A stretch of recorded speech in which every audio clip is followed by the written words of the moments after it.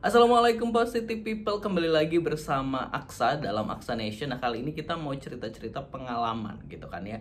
Nah, dimana kita tahu bahwa Jakarta ini memiliki transportasi baru yaitu LRT Jabodebek. Dimana LRT ini udah diresmikan oleh Presiden Joko Widodo pada tanggal 28 Agustus kemarin gitu kan. Nah, setelah kurang lebih 1 mingguan beroperasi dan gue udah nyobain gitu kan ya selama kurang lebih seminggu ini. Nah, ini gue mau sharing-sharing pengalaman pribadi gue menggunakan LRT Jabodebek. Disclaimer, ini nggak nyari-nyari kesalahan, pure ini adalah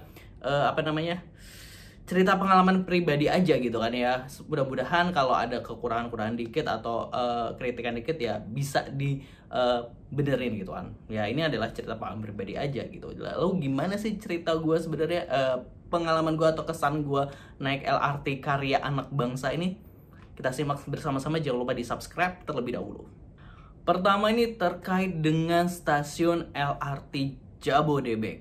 Nah, gue aku ini stasiun ini adalah keren, tapi harus yang kita sadari bersama bahwa LRT Jabodebek ini dikelola oleh PT KAI atau Kereta Api Indonesia, perusahaan plat merah BUMN punya pemerintah kita. Nah, jadi kesan pertama ketika gue mau masuk ke stasiun LRT Jabodebek ini berasa KAI banget gitu loh. Berasa KAI, jadi kayak di KRL ataupun di stasiun kereta pada umumnya gitu kan. Kereta api pada umumnya yang dikelola oleh KAI, mulai dari stiker, terus pemilihan warna pelang-pelang petunjuk itu tuh udah KAI banget gitu kan. Udah warna KAI gitu. Jadi kayak nggak berasa ini di LRT atau di suasana stasiun yang berbeda. Itu menurut pribadi gue. Tapi setelah berada di peron, atau kan biasanya peron itu kan di atas ya, ketika yang udah ada atapnya, nah itu baru vibes-nya berasa berbeda. Tapi ketika masih di bawah, itu tuh berasa banget ini masih kayak di stasiun kereta api Indonesia gitu. Maksudnya kayak kenapa sih nggak didesain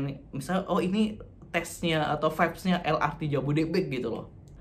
Yang kedua adalah soal toilet. Wah, ini bukan soal toiletnya kurang banyak atau apa ya, tapi gini nih, LRT Jabodebek ini merupakan transportasi yang nantinya kemungkinan ini tarifnya lumayan mahal. Jadi ketika, gue nggak tahu ya bisa dibilang mahal atau nggak. Jadi dari ujung stasiun ujung ke ujung itu kalau nggak salah di total itu Rp20.000 gitu kan ya.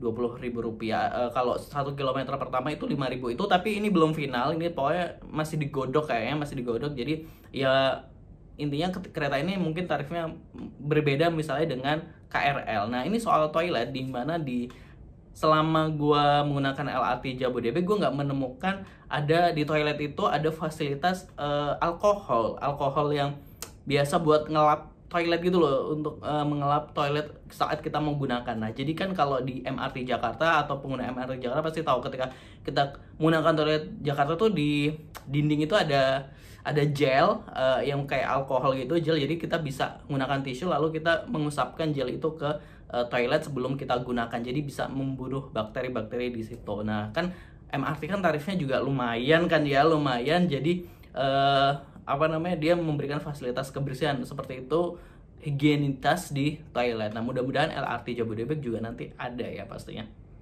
Nah, ini terkait dengan jalur atau kecepatan LRT Jabodebek. Jadi kan kalau kemarin sempat heboh tentang long span dan lain sebagainya yang di Kuningan, Kuningan itu yang katanya melambat dan sebagainya. Nah, justru ketika gue merasakan di situ kayak ya udah biasa aja, tapi kayak malah gue ngerasain yang lambat itu di setelah stasiun Cawang, yaitu menuju arah Cibubur, karena di situ ada tikungan kayaknya yang lebih ini lagi, lebih pendek lagi seperti itu. Nah, menurut gue ya udah sih wajar, namanya juga jalur LRT Jabodebek ini menurut gue tuh banyak tikungannya. Maksudnya kayak nggak yang lempeng gitu aja. Jadi kayak baru jalan berapa terus ada tikungan gitu. Terus yang utamanya yang arah Cibubur ya, terus dari Cibubur yang udah mulai masuk Jakarta Kota itu, yang udah masuk kawasan kota itu udah banyak tikungan gitu ya. Misalnya ada tikungan, ada beberapa tikungan gitu. Jadi kayak ya gitu. Jadi gue baru ngerasain kereta LRT Jabodebek ngebut banget gitu. Maksudnya kayak kecepatannya mungkin maksimal itu di jalur ketika setelah stasiun Halim menuju Jatimulya, pokoknya yang udah arah Bekasi itu kan, karena mungkin di sana tuh udah lurus banget gitu ya, maksudnya tinggal lurus gitu, jadi kecepatannya di sana bisa maksimal. Itu yang gua rasain gitu. Tapi it's okay, ini ya melambat juga gak apa-apa, namanya juga lagi di tikungan gitu kan ya. Keempat adalah pemilihan warna dan material kursi. Jadi kursi penumpang LRT Jabodebek ini berwarna biru muda banget gitu kan ya.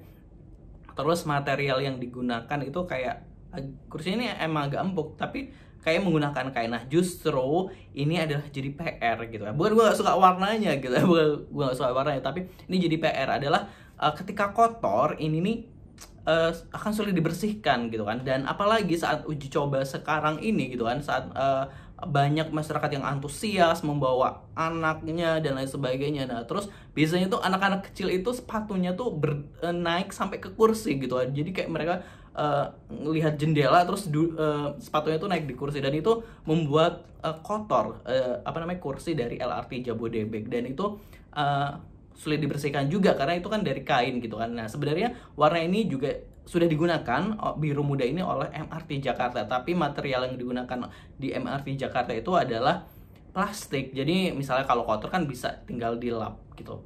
Nah itu menurut gue pemilihan warna, mungkin pemilihan warna kursi ini kayaknya bikin kelihatan cepat kotor di LRT Jabodebek ini.